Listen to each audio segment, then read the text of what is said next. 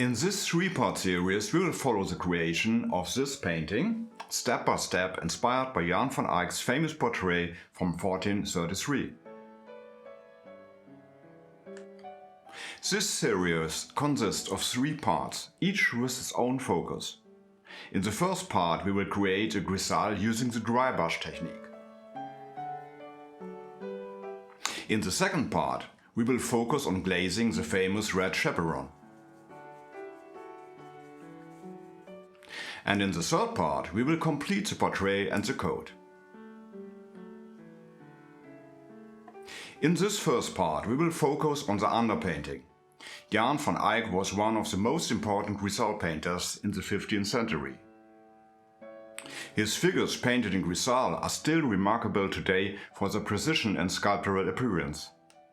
Technical studies of his colored paintings, however, generally show a black underdrawing on a light ground.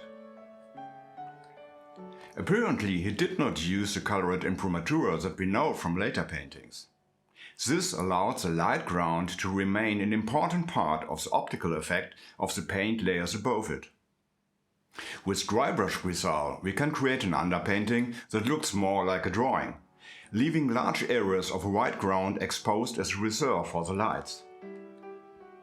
In this video I show a lot of the work in real time, so sit back and remember, patience is a key foundation of realistic painting. First, a very short introduction to the dry brush technique with oil paints. If this technique is new to you, I recommend trying it first on paper made for oil painting. I am using Michael Harding Ivory Black direct from the tube, without any medium or solvent. So for a darker value, pick up more paint or simply get over the same area several times.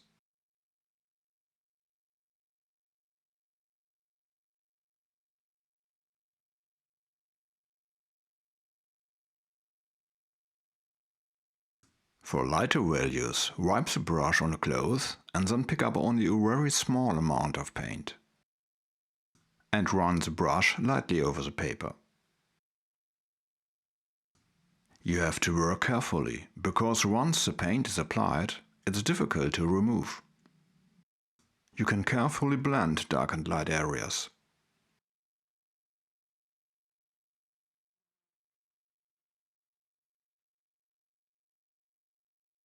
I begin with the chaperon. My first brush strokes are very careful, because I want to get a feeling for the surface. Every surface takes the paint a little differently, and with the dry brush technique, good control over how much paint leaves the brush is essential. I am painting here on a wooden panel that I prepared with a white ground and then sanded to a smooth surface. For the brushes I'm using medium stiff synthetic brushes, the same type I use for an opaque Grisaille. They are soft enough to create subtle transitions, but still have enough resistance to control how the paint is transferred to the surface.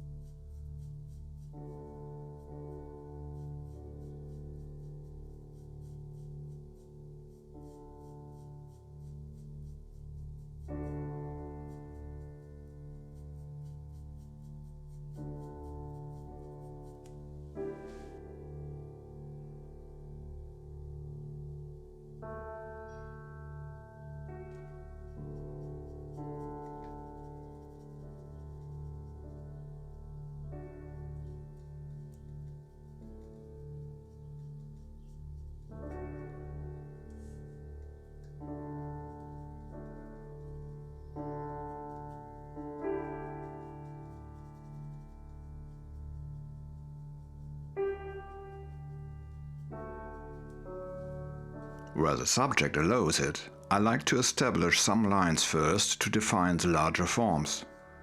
It is very easy to get lost in the abstract patterns of a folded fabric.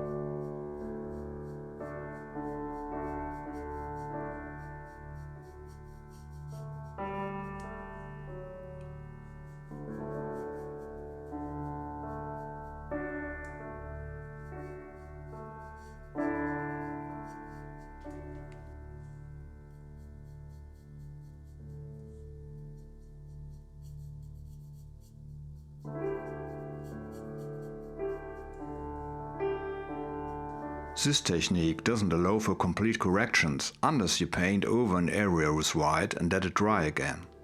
While the paint is still fresh, however, you can use a cotton swab to erase a little and make small corrections.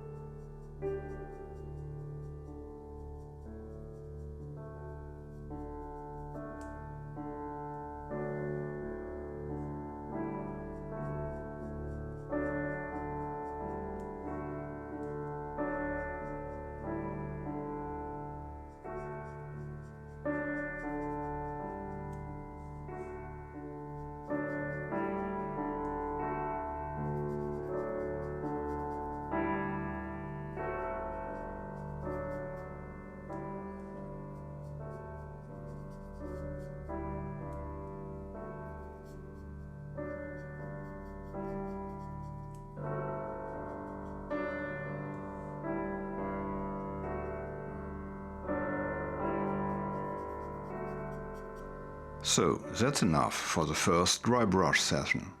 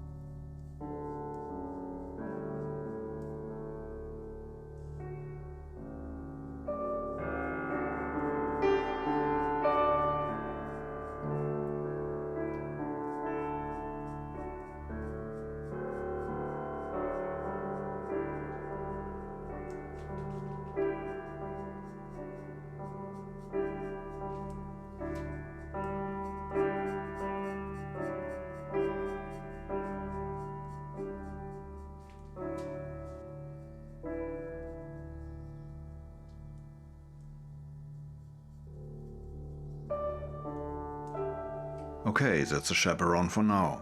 Because the paint layer is extremely thin, it becomes touch dry quite quickly. I will come back later and deepen some of the values. Now let's move to the face.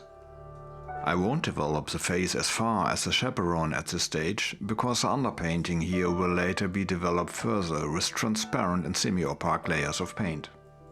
First, I strengthen the main features and details of the face to preserve the proportions of the drawing.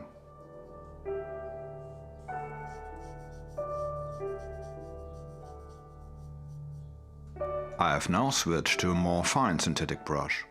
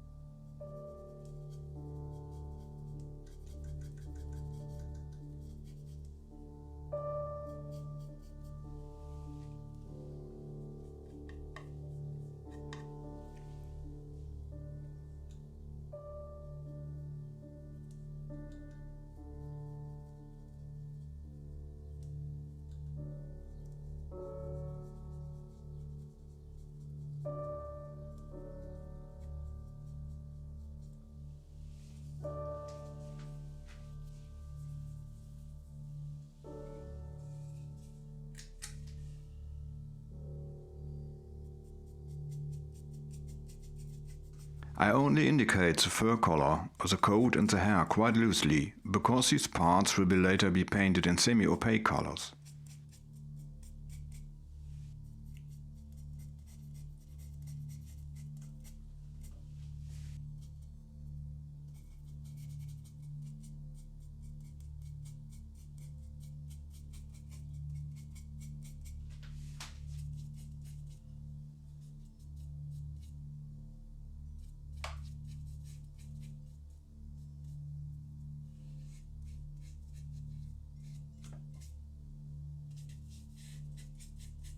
So, the first layer of the dry brush painting is finished.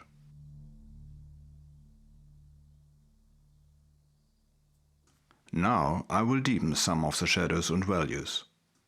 Once the first layer is dry, the values can be gradually deepened with this technique without necessarily creating visible edges or transitions.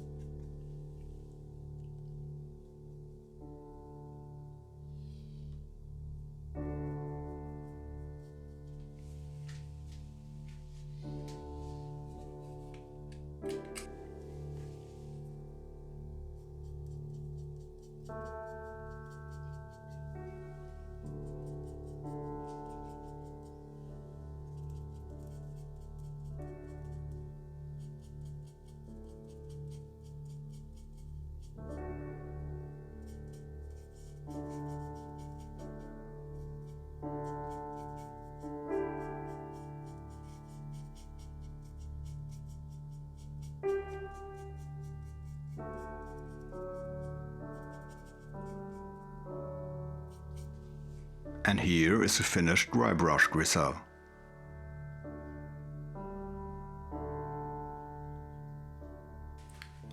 The underpainting is now complete. In the next part we will begin with probably the most striking element of the painting, the famous red chaperon. Using modern transparent pigments and several layers of glazing, we will try to achieve some of the extraordinary depth of color that makes Van Eyck's original so fascinating.